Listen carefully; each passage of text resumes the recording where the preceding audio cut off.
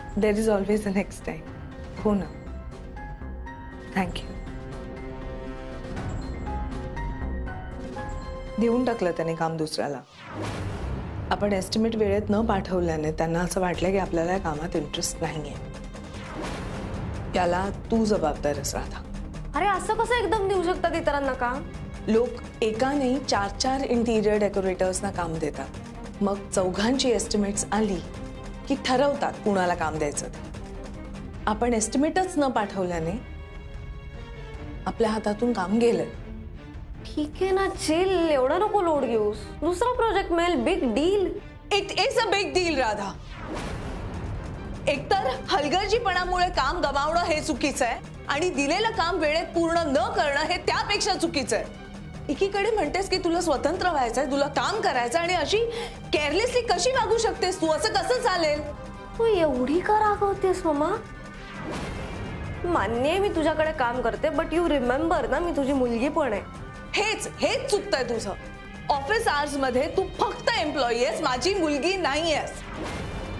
चूक झाली की मी नीलला सुद्धा ओरडते. इनफॅक्ट नील अशी वेळ येऊच देत नाही. तो स्वतःचं काम मनापासून आणि वेळेत पूर्ण करतो. गॉड, झालं तुझं परत सुरू? आता तुझी मुलगी परफेक्ट नाही, ही काय माझी चूक आहे का तू सतत फक्त मला नीलशी कम्पेअर करत राहणार आहेस? ठीक आहे, मी नाही करत तुझं कंपॅरिझन नीलशी, नाही करत. पण तू कशी वागतेस हे सुद्धा बघ. आय एम सॉरी राधा, यापुढे तुला कुठलंही प्रोजेक्ट स्वतंत्रपणे हाताळायला दिलं जाणार नाही. तुला नीलच्या अंडर काम करावं लागेल जोपर्यंत तू स्वतःला प्रूव्ह करत नाहीस तोपर्यंत. फाईन, नको दिवस इंडिव्हिज्युअल काम. तसंही मला प्रूव्ह करायची कोणालाच गरज नाही. नाही राधा, तुला स्वतःला प्रूव्ह करून दाखवावंच लागेल. नाही वाटत आहे का तुला की मम्मा इतकी ओरडतीये मला, तर आपण हे चॅलेंज स्वीकारूया, नीट वागूया, आपण रिस्पॉन्सिबिलिटीनं, अगदी जबाबदारीनं वागूया. खरंच कळत नाही इतकी का चिडचिड करतेस तू. बरं आहे आपण एकत्र घरी राहत नाही, डोक्याला ताप नुसता. मग कंटाळा आलाय. काय करू मी या मुलीचं? कधी मॅच्युअर होणार ही?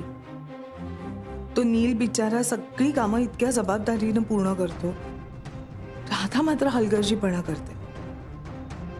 थोड्याच वर्षात लग्न करायचं म्हटलं तर काय करणार हे दोघं? तेव्हा पण अशीच वागणार आहे काही? खूप काळजी वाटते राधाची.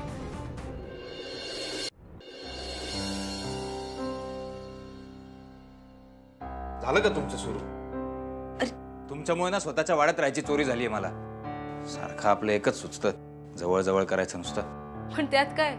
मला तुझ्यावर प्रेम आहे आणि तुला वल्लीवर प्रेम नाहीये, मग प्रॉब्लेम काय? असं कधी म्हणालो मी?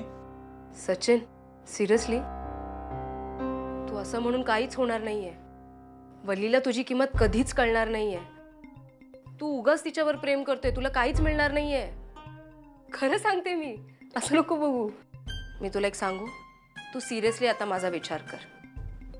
तूच प्रॉफिटमध्ये राहणार आहे. बघ, मला तुझ्या प्रेमाची किंमत आहे. आपल्या दोघांना चांगला जॉब आहे, माझ्याकडे सुंदर घर आहे. बस ना, अजून काय पाहिजे? आपण दोघे एकत्र खुश राहू शकतो. आपण किती लाईफ एन्जॉय करणार नाही का? आणि तसं पण वल्लीचं काय, तिला नेहमी काही ना काही इश्यू असतात. तिला नेहमी पैसे पाहिजे असतात. कितीही दिलं, कितीही केलं, ती कधी सॅटिस्फाय नसते. माझं तसं नाही आहे ना. आपण हॅपी राहू शकतो एकमेकांसोबत. हो ना सचिन?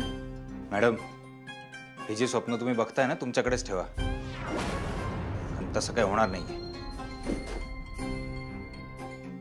तसं म्हणजे कसं? काहीच होणार नाही. का नाही होणार आहे? अरे सचिन, तू असं काय? एक सेकंड प्लीज. तू एक्सेप्ट कर ना, आपल्यामध्ये काहीतरी झालंय आणि ते परत परत झालं तरी काही प्रॉब्लेम नाहीये. अरे खरंच आपण एकत्र खुश राहू शकतो सचिन. Trust me. मॅडम, मी चिडलेलो असतो ना वल्लीवर, तरी सुद्धा दुसऱ्या कोणाचा असा विचार नाही करू शकत मी. तर मला ब्लॅकमेल करताय तुम्ही. ब्लॅकमेल करून प्रेम नसतं मिळवतायत मॅडम. आणि ब्लॅकमेल करत होतात तेवढं बास होतं ना. आता जबरदस्ती तरी करू नका.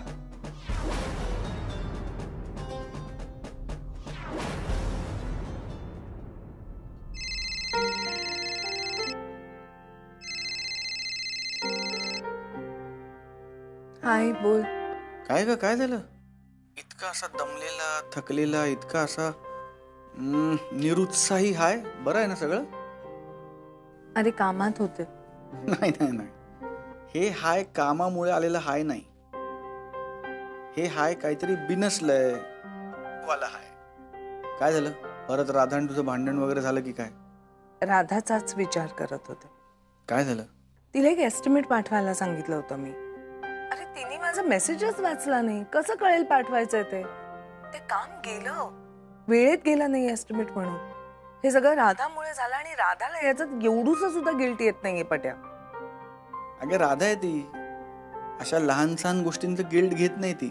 पट्या माझं ना डोकं फिरेल असं काही बोलू नकोस हा आता. ही लहान गोष्ट नाहीये.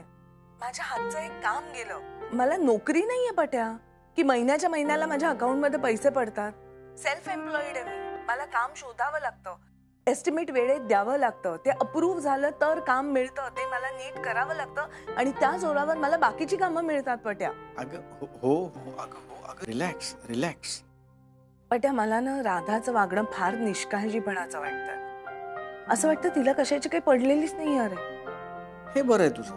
म्हणजे राधाने आता एक छोटीशी चूक केली तर लगेच तिला बोलतेस, तिचा राग आलाय. पण तीच राधा जेव्हा एखादं चांगलं काम करते तेव्हा तू तिचं किती गुणगान करतेस. माझी राधा अशी आहे, माझी मुलगी तशी आहे, करतेस ना? हो, पण ती चांगली वागते तेव्हा करते मी कौतुक. आणि चुकली, ती चुकीचं वागली तर नाराज होणार नाही का? बरोबर आहे. म्हणूनच मी म्हणतोय की माणूस आहे, कधी चुकणार कधी बरोबर वागणार. नॉर्मल आहे ते. तू टेन्शन घेऊ नकोस. आणि तुला इतकं वाटत असेल तर मला वाटतं एकदा बोल राधाशी, समजाव तिला. तिला पटवून दे की तिचं वागणं कसं चुकीचं आहे आणि तिला समजाव कामाचं महत्व काय असतं ते कळेल तिला. बरोबर आहे तुझं. आता करेन तसंच मी. बरं, वाड्यात सगळं ठीक आहे ना? सचिन बरं आहे का? हो आहे, सगळं नीट आहे. आणि माझं सचिनकडे लक्ष आहे. मला माहितीये की गेल्या वेळेला माझं थोडं दुर्लक्ष झालं सचिनकडे. ते अजूनही तुझ्या मनात आहे ना? नाही नाही अनामिका, ऐक ना, मी काही अविश्वास दाखवण्यासाठी फोन नाही केलाय. मी आपलं पट्या,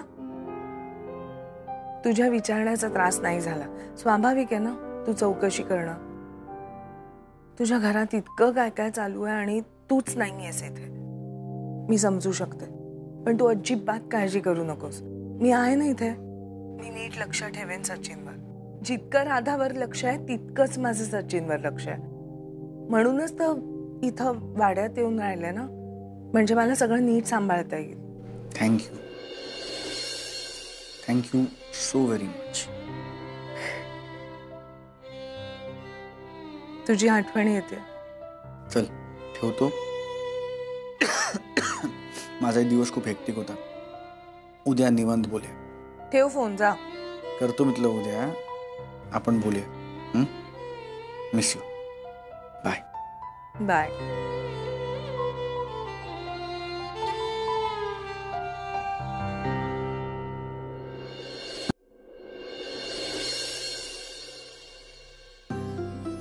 नील, ते रिवाइज्ड एस्टिमेट तू पाठवलंस ना मला? हो मॅम. अरे ते प्रेझेंटेशनच्या शेवटच्या स्लाइड मध्ये जोडायचं होतं म्हणून.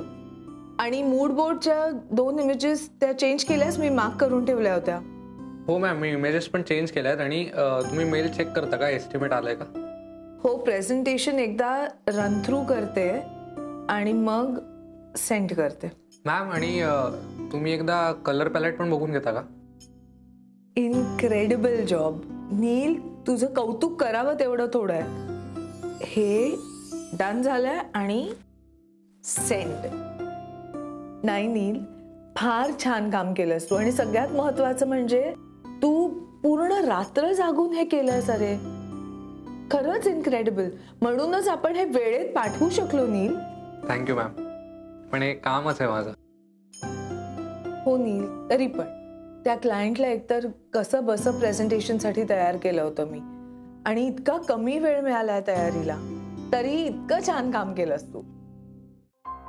हे जर वेळेत पाठवलं नसतं ना आज, तर ही संधी हातातून गेली असती नील. हो मॅम, पण म्हणजे तुम्ही जसं सांगत गेलात तसं मी करत गेलो. त्यात काय विशेष काय नाही. नाही, पण दिलेलं काम जबाबदारीनं पूर्ण करणं हे सुद्धा महत्वाचं आहे ना नील. सगळ्यांनाच ते जमतं असं नाही. आणि मला खात्री आहे माझ्या ॲब्सेन्स मध्ये मी नसताना सुद्धा जर मी तुला काही काम दिलं तर तू अगदी व्यवस्थितपणे पार पाडशील. Yes ma'am. Oh my God Neel, खरंच किती मस्त काम करतोस ना तू.